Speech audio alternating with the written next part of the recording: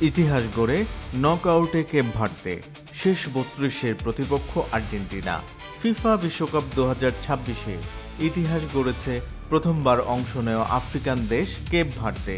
Group এইচ-এর শেষ ম্যাচে Saudi আরবকে গোলশূন্য ড্রয়ে আটকে দিয়ে প্রথমবারের মতো বিশ্বকাপের নকআউট পর্বে তারা।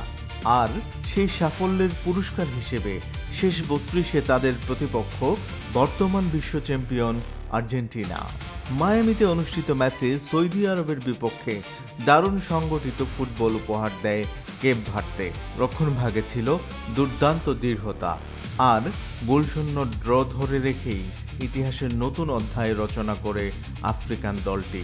অন্যদিকে একই সময় গ্রুপের আরেক ম্যাচে স্পেন ১-০ গোলে হারায় উরুগুয়েকে। ফলে ৭ পয়েন্ট নিয়ে গ্রুপ চ্যাম্পিয়ন হয় স্পেন।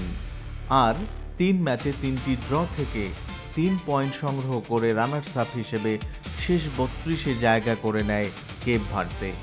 ২ পয়েন্ট নিয়ে তৃতীয় ও চতুর্থ স্থানে থেকে বিশ্বকাপ থেকে বিদায় নেয় দুইবারের বিশ্ব চ্যাম্পিয়ন উরুগুয়ে এবং সৌদি আরব। বিশ্বকাপে গ্রুপ পর্বে কেপ ভার্দের পারফরম্যান্স ছিল চোখে পড়ার মতো। স্পেনকে গোলশূন্য ড্রয়ে আটকে দেওয়ার পর উরুগুয়ের বিপক্ষেও ২-২ গোলে ড্র করে চমক দেখায় তারা। শেষ ম্যাচে সৌদি আরবের বিপক্ষে মূল্যবান ১ পয়েন্ট নিয়ে নিশ্চিত করে ঐতিহাসিক নকআউট পর্ব। অন্যদিকে গ্রুপ জে এর চ্যাম্পিয়ন হিসেবে আগে থেকেই শেষ ৩২ নিশ্চিত করেছিল আর্জেন্টিনা।